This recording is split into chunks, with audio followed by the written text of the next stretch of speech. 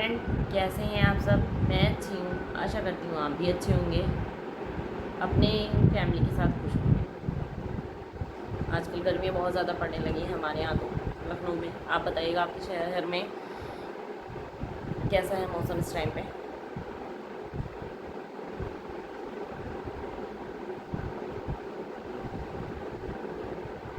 मेरे पति रविशंकर ना फौज में, अच्छी खासी पेमेंट है इनकी, पर फिर भी बेवजह लड़े जा रहे अपनी बीवी से, अपनी रखैलों के लिए,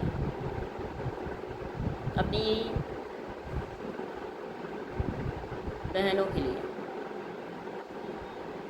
अपनी भाभी के लिए, अपनी माँ के लिए, अपने आवारा दोस्तों के लिए। अब इन्हें ये नहीं बताया रविशंकर को कि लास्ट टाइम पे ना फैमिली साथ देती है, चाहे आदमी हो या औरत हो। क्योंकि एक इंसान के मरने के बाद उसकी फैमिली के ही नाम से उसे जाना जाता है, उसके कर्मों से ही उसे पहचाना जाता है। जितनी काम क्रियाएँ होती हैं या तो औरत का पति करता है या तो आदमी की औरत करती है। मुख अग्नि बेटा देता है, तब इंसान डरता है। क्या ही बोले, कुछ नहीं। मेरे पति को लगता है कि पहले जैसे मैं पहले 3 बार जो जा चुकी हूँ घर से, मतलब मेरे हस्बैंड जब जैसे झगड़ा करते और मुझे बोलते थे ना, तो मैं सोचती थी चलो कोई बात नहीं है, पति है अपना, आज नहीं कल सुधर जाएगा। तो ये 18 सालों में ये 3 बार मुझे भेज चुके हैं। पहले 3 महीने के लिए, फिर 6 मंथ के लिए झगड़ा करके, 2017 से 2020 3-4 सालों के लिए, और फिलहाल के लिए 2023 से फिर से इनके नाटक चालू हैं। घर चली जाओ, घर से निकाल दूंगा, घर से बेघर कर दूंगा।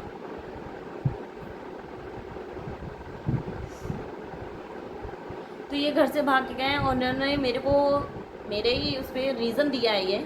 पहले तो ये मुझे कह रहे थे भाग जाओ, घर जाओ, अपने पापा के यहाँ जाके रहो। मैं क्यों रहूँ, शादीशुदा हूँ, एक बच्चे की माँ हूँ, क्यों रहूँ जा कर के अपने मायके में।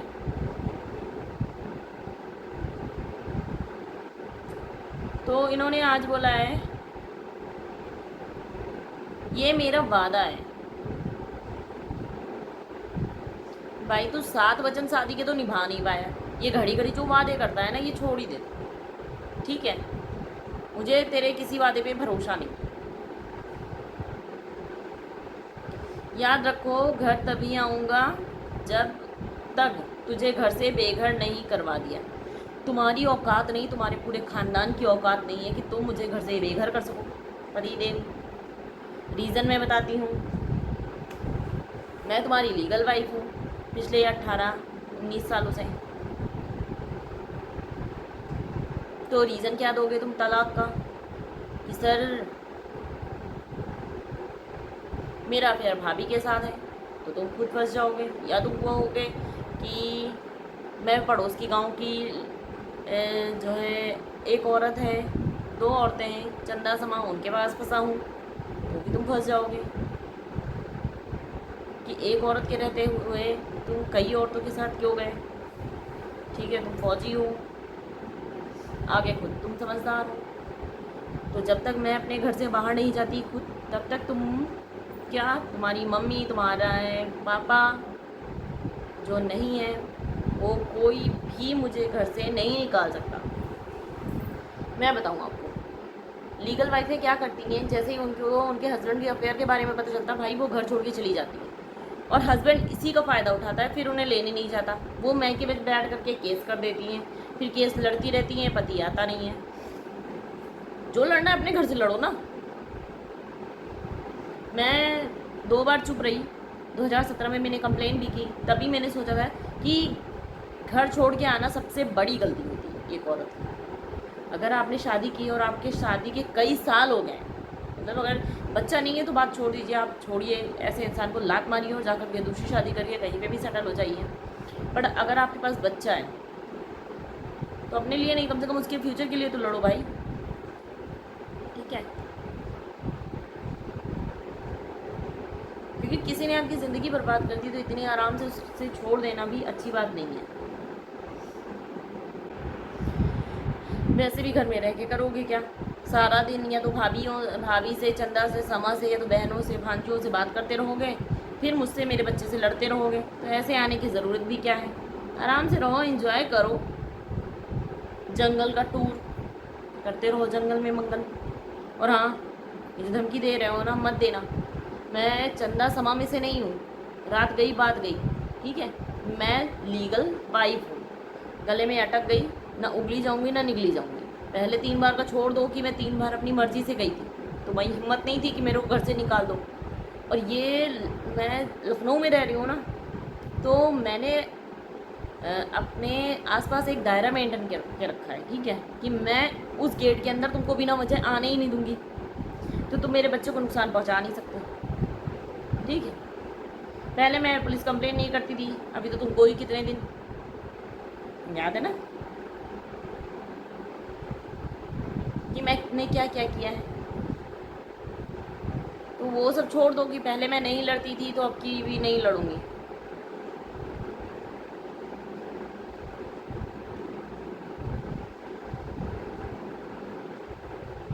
घर से बेघर कर दोगे और घर से भी ना निकलवा दिया। तुम्हारे सपने बहुत बड़े बड़े हैं, मतलब ये सपने देखते देखते तुम 2 दिन जेल हो आए, इतनी बेइज्जती करा ली, तुम्हारी असलियत सबके सामने आ गई है, लोग तुम्हें 4 बातें सुना रहे हैं, फिर भी तुम्हें समझ में नहीं आ रहा।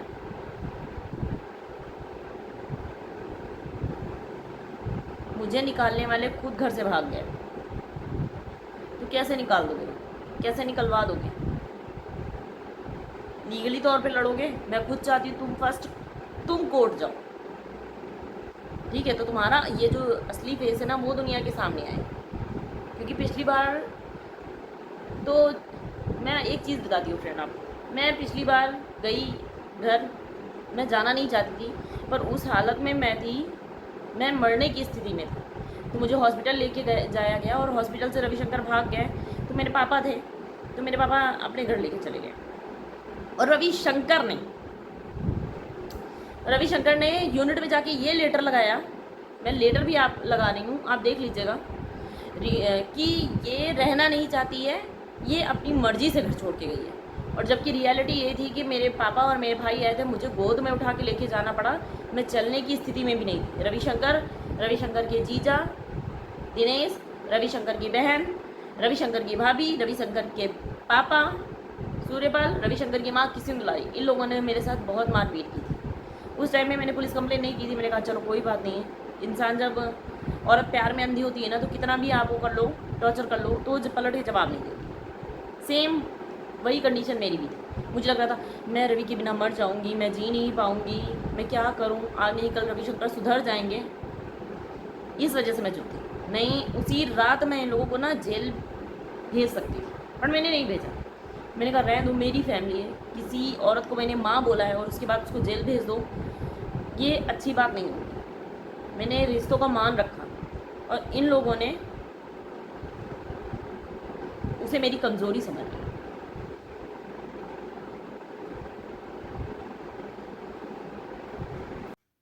ये लेटर रवि ने 2018 में, जहाँ पे उस टाइम पे कार्यरत थे, वहाँ पे दिया था। ये देखिए, डेट भी पढ़ रखी है। हाँ, तो इसमें इन्होंने ये बोला है कि वो गए हैं मुझे लेने के लिए, बट ये रियलिटी नहीं थी।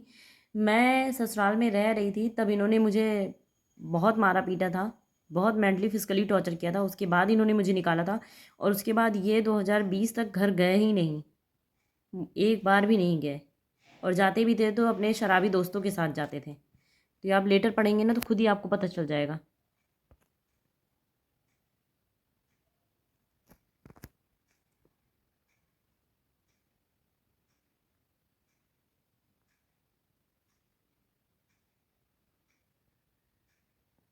ये आप देख लीजिए इनकी असलियत।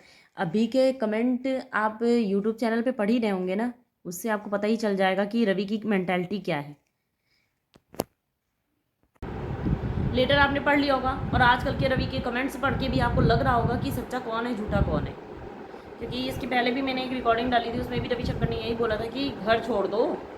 घर क्यों छोड़ दूँ? ताकि तुम अपनी भाभी को यहाँ रखो।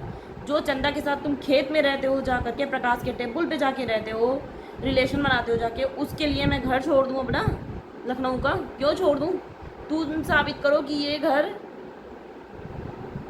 जो बाद में तुमने पैसे निकालने हैं ना, उससे तुमने बनवाया है। मैं कहती हूँ तुमने वो सारा पैसा ले जा करके उसको दे दिया, चंदा समा सुनीता को दे दिया, ठीक है? तो जब कानूनी तौर पे लड़ना है ना तो लड़ो, और घर मेरे नाम पे है, ये घर मेरे बच्चे के लिए होगा, आके रहना है सुधर के रहे। पर हाँ, कोर्ट में लिखने के बाद और एक रिकॉर्डिंग देने के बाद, ऐसे जैसे मैं रिकॉर्ड कर रही हूँ ना, वैसे रिकॉर्ड करना हमने सारे बयान, सारा कच्चा चिट्ठा जो तुमने तुम्हारी फैमिली ने किया है, सब कुछ पॉइंट वाइज, उसके बाद आके घर में रहे, मेरे को दिक्कत नहीं है, समझ गया? पर ऐसे अगर तुम सोचो कि मैं घर छोड़ के चली जाऊँ मायके, तो वो चीज़ नहीं होगी, बिल्कुल नहीं होगी।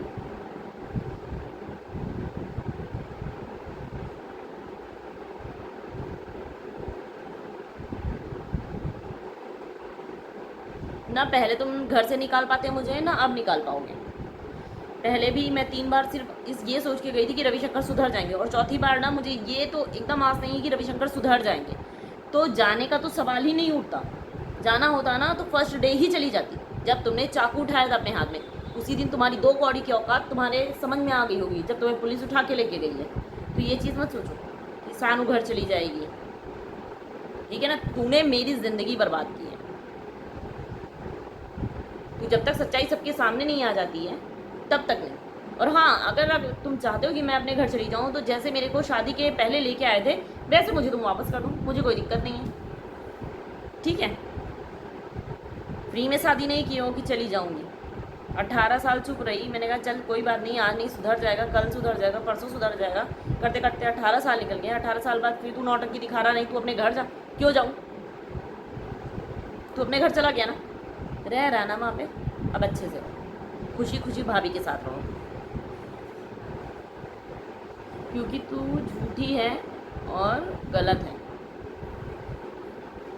मैं झूठी हूँ। मैंने क्या झूठ बोला? मैंने प्रॉपर तेरी रिकॉर्डिंग दी है सारी, ठीक है ना? अगर मैं चाहूँ तो गोमती नगर के स्क्रीनशॉट भी दे सकती हूँ, बट अभी नहीं दे रही ना देना पड़े तो अच्छी ही बात है। मुझे मेरे खर्चे के पैसे से मतलब है, मेंटेनेंस से मतलब है, मेरे बच्चे के फ्यूचर से मतलब है। अगर वो सेफ़ रहता है मैं क्यों दूँगी? मैं तेरी तरह की बेवकूफ़ नहीं हूँ कि बिना सोचे समझे कोई काम कर लूँ और उसके बाद दूसरे के दरवाजे पे जाके गिड़गिड़ाती रहूँ, मुझे माफ़ी दिला दीजिए, मेरा घर टूट रहा है। तो मुझे सांप हो तुम, तुम्हारी माँ एनोकोंडा, और तुम्हारी बहनें एक से बढ़ के एक काली नागिन, और भाभी डायन।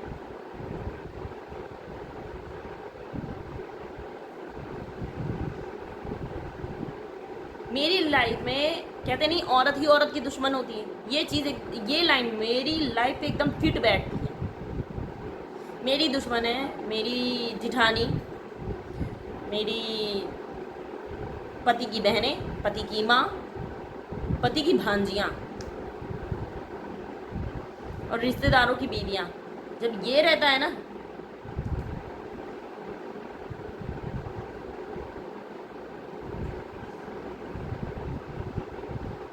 तो इंसान में अहंकार आ जाता है। वही चीज़ रविशंकर के अंदर भी हो गया। उन्हें लगता है मैं मर्द हूँ, 10 के साथ सो के कोई मर्द नहीं बनता। मैंने कितनी बार तुमको बोला है।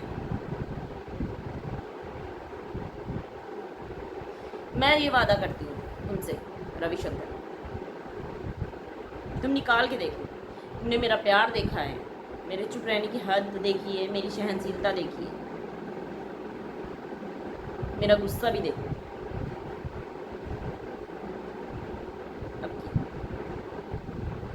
क्योंकि तुमने मुझे वहाँ दर्द दिया है जहाँ नहीं देना चाहिए था।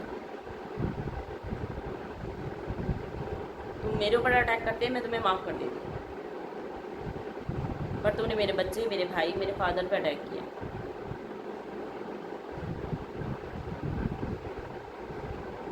ये तुम्हारी सबसे बड़ी गलती थी, और इसकी सज़ा तुम्हें ऐसे मिलेगी ना कि तुम्हारे पूरे ख़ानदान को याद रहे। तुम कहते ना मैं तुम्हारे लिए मैं अकेले कापूँगी, औरत के डर से तुम्हारे पूरे खानदान ने उसे ब्लॉक कर रखा है, फ़ोन स्विच ऑफ कर देता है, सामने नहीं पड़ता है, और तुम कहते हो अपने आप को मर्द।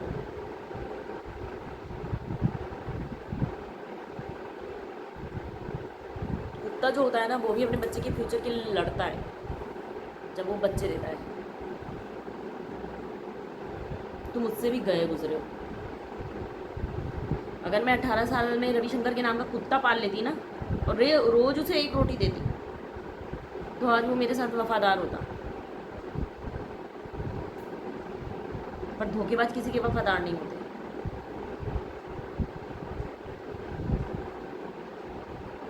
तो ना मुझे अब तुमसे डर लगता है, ना मैं चुप रहूँगी। तो ये बार बार बोलने से कोई मतलब नहीं है, जो भी करना है कर डालो। मैं झेलने के लिए तैयार हूँ, मैंने बहुत कुछ झेला है ना, तो मैं झेल लूँगी सब कुछ। और वैसे भी तुम्हारी ही देन है कि मैं यूट्यूब पर आ रही हूँ। अब आगे आगे देखो होता है क्या। अभी तो मैंने अपने हक की लड़ाई शुरू की है।